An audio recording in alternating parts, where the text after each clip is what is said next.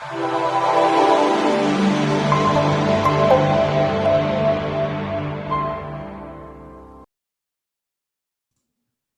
everyone, this is Rob Keens with goldsilverpros.com. It's Tuesday, September 1st, 2020, and we've had a nice little recovery in gold and silver. Silver's done especially well. We'll focus on that in a minute, but I wanted to start off with gold, so let's go ahead and get to the trading data.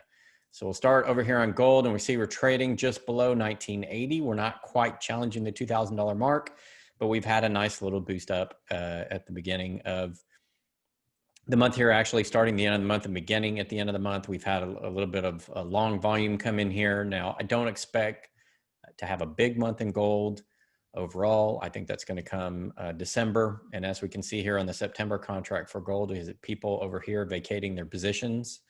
There are some nice deliveries here on September 1st, 1,928 gold contracts, which is a really nice little number considering the amount of open interest. We actually had the same thing in silver, and we'll get to that in a moment.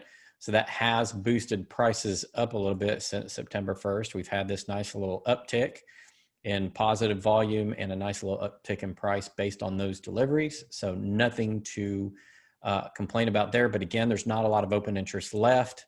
There's a fair amount of open interest in October. So I would expect to see, from a physical delivery perspective, I would expect to see a bigger boost in gold in October if that's going to come and people are going to stand for delivery. I don't expect a whole lot in September. But whatever we got in September, it came basically right off the bat. So let's go to the metal issues and stops. These are the metal deliveries for September, the numbers. Gold, again, this number here, 1928 on the first day. And then on the 31st, the second in notice day of the September month, we got 287. That may be all the gold contracts this month. It may be that, the 2215 total. It may get a little bit more. There is a little bit more open interest, but again, if you go back, a lot of people are abandoning their open interest and reducing open interest for the month. So we could have a few more deliveries in here. I don't expect a whole lot, but that's a nice healthy number for a month that we didn't expect very much. And again, a nice little boost in the gold price as well. And that's essentially what's going on in terms of the overall volume. Toward the end of August, we got a little bit of a boost here, and that's kind of fallen off. So the volume numbers on trading, are low. The open interest is low. It's not likely gold challenges the $2,000 level, but it's not impossible. Let's look at what the paper traders may also look at in terms of whether gold is strong or not, and that would be the ETF fund flow. So we would look for the GLD or something like it. And for the week from 825 to 831, you don't really see the precious metals here. I don't see a precious metals fund here. So there doesn't look like there's a whole lot of ETF fund flow into the precious metals fund for the last part of August. So, traders aren't buying the GLD and SLV at a big rate compared to other funds like stock funds and things. It looks like people are kind of getting back into the stock market a little bit with their money and putting their money there. So again, I don't expect to see a big pop in gold and silver, but a nice little move up the last few days. However, on August 26th in particular, we did see some nice movement to the SPDR Gold Trusted GLD. Net flows $197 million, so not bad. It made the top 10 for that day, even though for the week, it really didn't make the top 10 at all. So again, people moving back into the shares, putting their speculative money back into the stock market and not as much into the GLD. So again, based upon, we had a nice little delivery pop here, but based upon the amount of open interest and what's going into the GLD, I don't expect a super big pop unless we get some sort of black swan event, bank meltdown, something like that. Then all bets are off. And so there's two ways that gold price can really rise. You can have a lot of money, a lot of people stand for delivery on the physical side, and that causes a boost. Or you can have a lot of people come long all of a sudden in the gold market, and that would cause a boost. We do not have the September, late August and September COT data, the commitment of traders data. I do have from August 25th report, which would be, the week prior. That'd be about Tuesday of last week. So I can tell you what happened as of Tuesday of last week, although it won't be till Thursday. I can tell you what happened in gold in terms of the commitment of traders and who's doing what. Remember, the commitment of traders tells you which groups are going long and short. So just going back here real quick to this, whoever's going long and short in the futures market, you can see in the COT report. And again, you have to get this from a different place. The COT report, commitment of traders, comes from the CFTC. A lot of this other data comes from CME Group. It's not tabulated together. You got to download it. And of course, I always modify the report to give a nice little color chart here. You can see for the week ending, August 25th, producer merchants were net short. They added 4,193 short contracts. That's kind of normal behavior in a normal market because they're shorting production. Merchants would go long here. So merchants probably are mostly the longs because if the price rises, that hurts them. Whereas the producers, if the price falls, it hurts them getting it to market. They're basically the opposite side of the same transaction. Swap dealers, net short, 2,171 contracts minus the 1,222 gives about 900 contracts net short. Nothing major there in gold from a shorting perspective from the bullion banks and the interest they represent. There was a large move in the managed money to go long gold. So to go short gold. They dropped 5,961 long contracts and added 2,628 short contracts, about a $8,600 contract change, net short. So managed money, the hedge funds and stuff are expecting gold price to fall. And in the other reportables, net long here. So basically the only one that went net long leading up to last week was the other reportables. That doesn't tell us anything about this week, but we'll look at that on Thursday. Wanted to go to gold real quick and see what had been going on. I've got two reports here. I've got the daily metal depository statistics for 9/1 and also for 8/30. 8/30, we saw a lot more movement, but let's start at 9/1 first. You saw Brinks come in here and move 1,736 gold ounces from registered to eligible. That's somebody taking it off of futures contract eligibility into eligible, which is really just storage. I know those terms are confusing, but registered will go up against a contract delivery. Eligible is just storage. So it's people just taking stuff off of the actual futures market. That was about it. A little bit of movement here on Malca, 21,000 from eligible to registered, the other way around from the Bank of Nova Scotia. So they expect to deliver some contracts, some gold against contracts, and they moved a little bit. Not much going on 901, but on gold 830, it got a lot more interesting.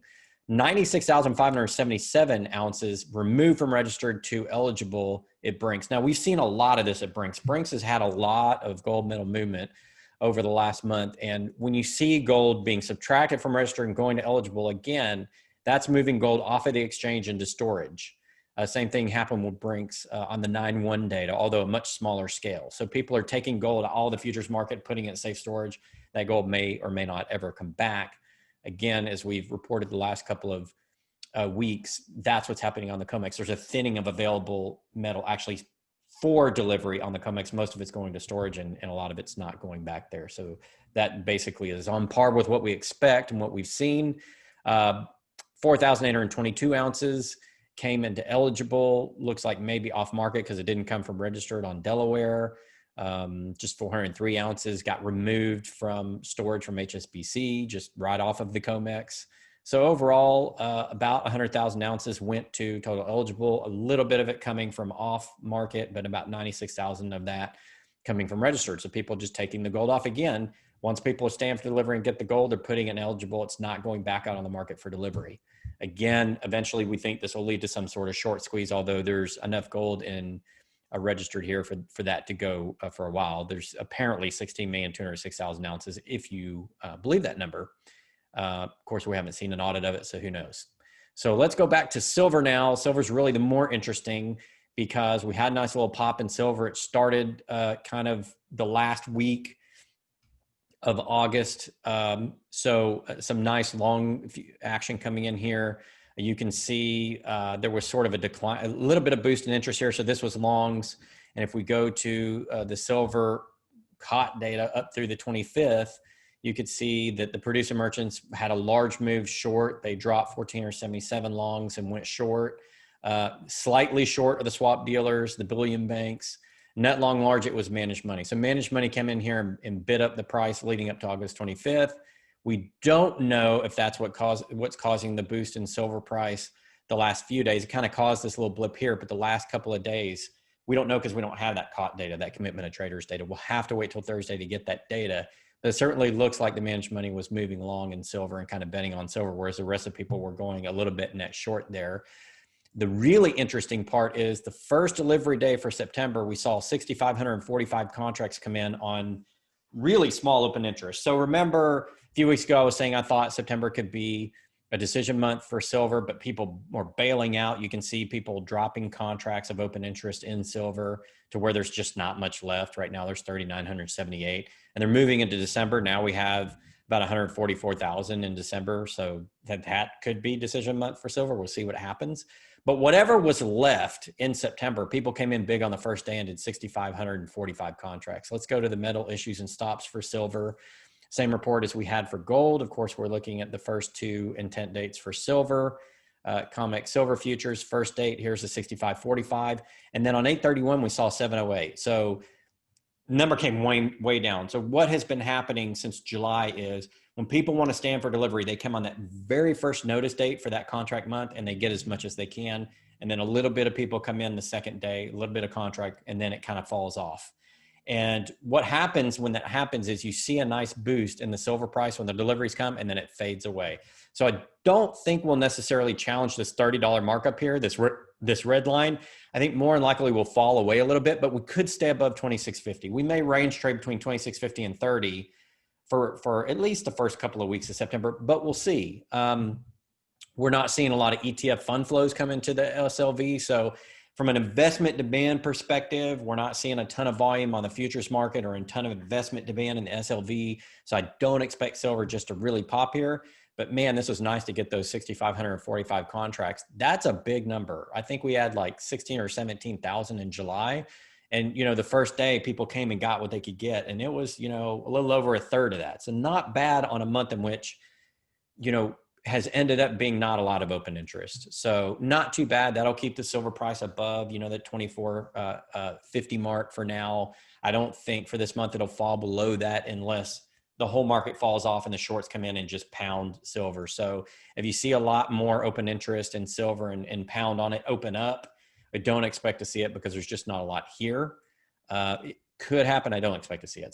So my forecast on silver is a little bit of range trading. Gold's going to has gotten a nice pop. There are still some contracts available on gold. You can continue to get a little bit of a nice pop, but I think it'll range trade too. And I think that's what we're going to see in September. Again, unless we have a black swan event and that investment demand just comes in on the GLD, SLV, and on the COMEX.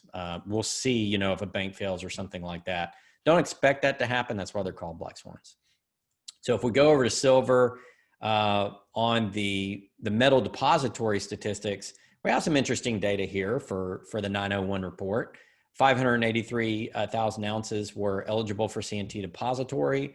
That did not come out of registered. It was just put into eligible. So that's just basically storage, and it doesn't have to have anything to do with the futures contract. Again, people using COMEX eligible depositories for just regular storage. Another 70,000 for Delaware. HSBC, somebody took 293,114 ounces out of eligible, meaning they're just taking off the depository for some reason. Maybe they're going to use it for manufacturing, or maybe they're going to put it in some other market. Who knows? So overall, a little bit of movement of silver into the metal depository, the CME group, but not into registered. So not eligible for delivery. Again, silver very thin in terms of what's going to be in the registered category and delivered against future contracts. Most of it is just storage. Now on 8/30, we had a little bit of a different situation.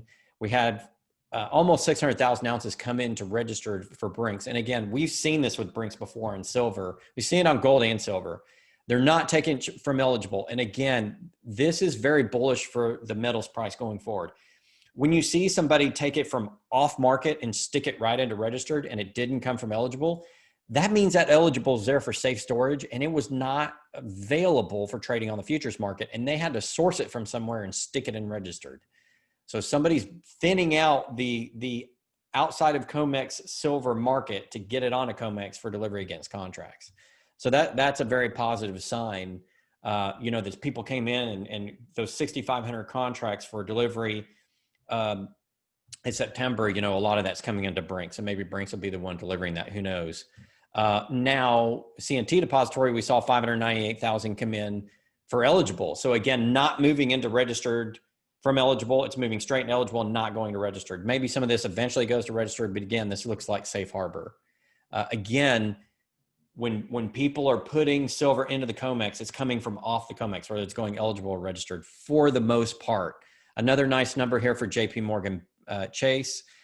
They took out of eligible and went to registered. So I think JP Morgan, because of their past short position in silver, has to take some from eligible and put it registered. And so I think they built up the eligible. So they moved some eligible to registered, but they also brought some from off market. And then what they brought from off market to go into registered was about 1.1 million ounces. So again, is JP Morgan running out of silver and eligible that they can actually put to a futures contract, maybe by 1.1 million ounces? I don't know. We'll have to see.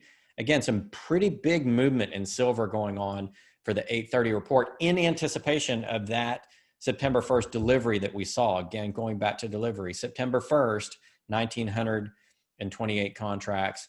And again, on the issues and stop, 65.45. Let me go back and say 65.45 on silver. And again, on the metal issues and stops, 65.45. So we can see who's preparing for delivery by looking at the depository statistics. Bank of Nova Scotia was involved. They took some out of eligible to registered. So overall, a change in registered to 9.6 million ounces leading up to those 6,500 contracts. About 7.3 million of that came from eligible, a healthy amount, but 2.379 had to come from off COMEX. So again, not complete liquidity when people stand for delivery in silver. Some of it has to be gotten in the free market. And if we think about what could potentially happen in what we could potentially happen for silver when we go to December, there's a lot of open interest. So if they're having to get silver from off market for this 6,545 delivery, if we come in at that number again or higher for December, people standing for delivery, maybe they'll have to go get more. Maybe they'll have to get quite a bit, off the market. So we'll see. So just to sum up, nice little movements in gold and silver. I mean, nothing to shake a stick at or be ashamed of. I don't think silver's going to pop 30 right now. I think, people stood for delivery and we got that nice little pop for that. For gold, people stood for delivery, smaller amount. We got a nice little pop.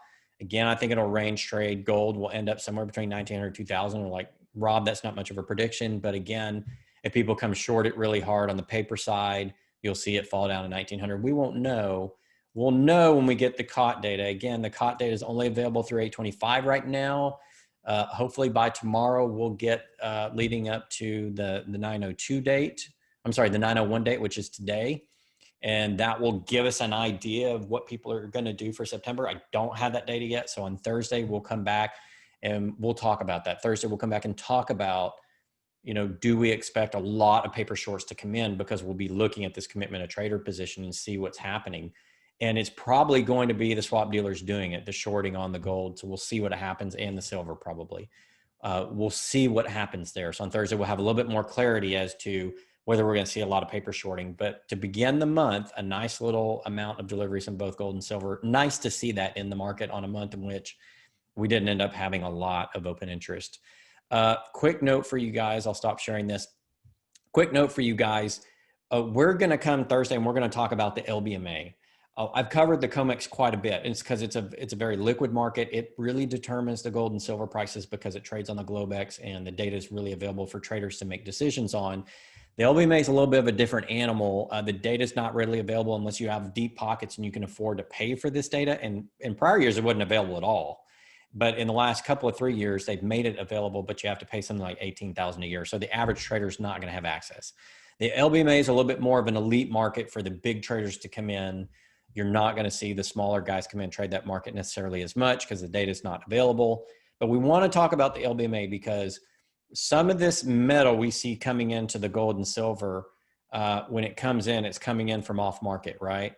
So when it comes in from off market and it goes into registers, we see that sometimes happen. Essentially, they've got to get it off market.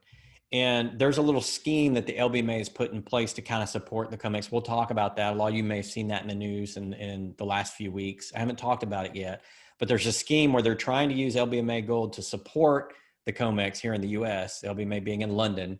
And we're going to talk about whether that scheme is legit and whether there's actually gold there or not. There's a nice little research study done a couple of years ago about what gold is actually in London and what may be available. And even though the data is a couple of years old, it'll give us a really good idea of what gold's available, because it's really hard to get hundreds or thousands of tons into a market like that on short notice. So we'll cover that Thursday, and we'll come back and look at the commitment of traders data up through today, which I hopefully will be published tomorrow. So we can look at it Thursday and see who we think is going to short gold and silver. If we see those commitment of traders numbers really change from the August 25th data, that will tell us, hey, we're going to see a lot of shorting come in, and we should expect the price to fall. So I'll make a little bit of a prediction on the direction of gold and silver at that point in time. So that's the report for today. Again, a look at the LBMA market Thursday and the commitment of traders data. Nice to get that little pop in gold and silver, especially in silver, to keep it up. It's so undervalued, I believe, from a monetary perspective, monetary demand perspective. There's not going to be a lot more deliveries. So again, I don't expect it to pop 30. But, we'll see what happens, and we'll make some predictions on direction coming here on Thursday. Hope you guys enjoyed this. This is Rob Keens with goldsilverpros.com.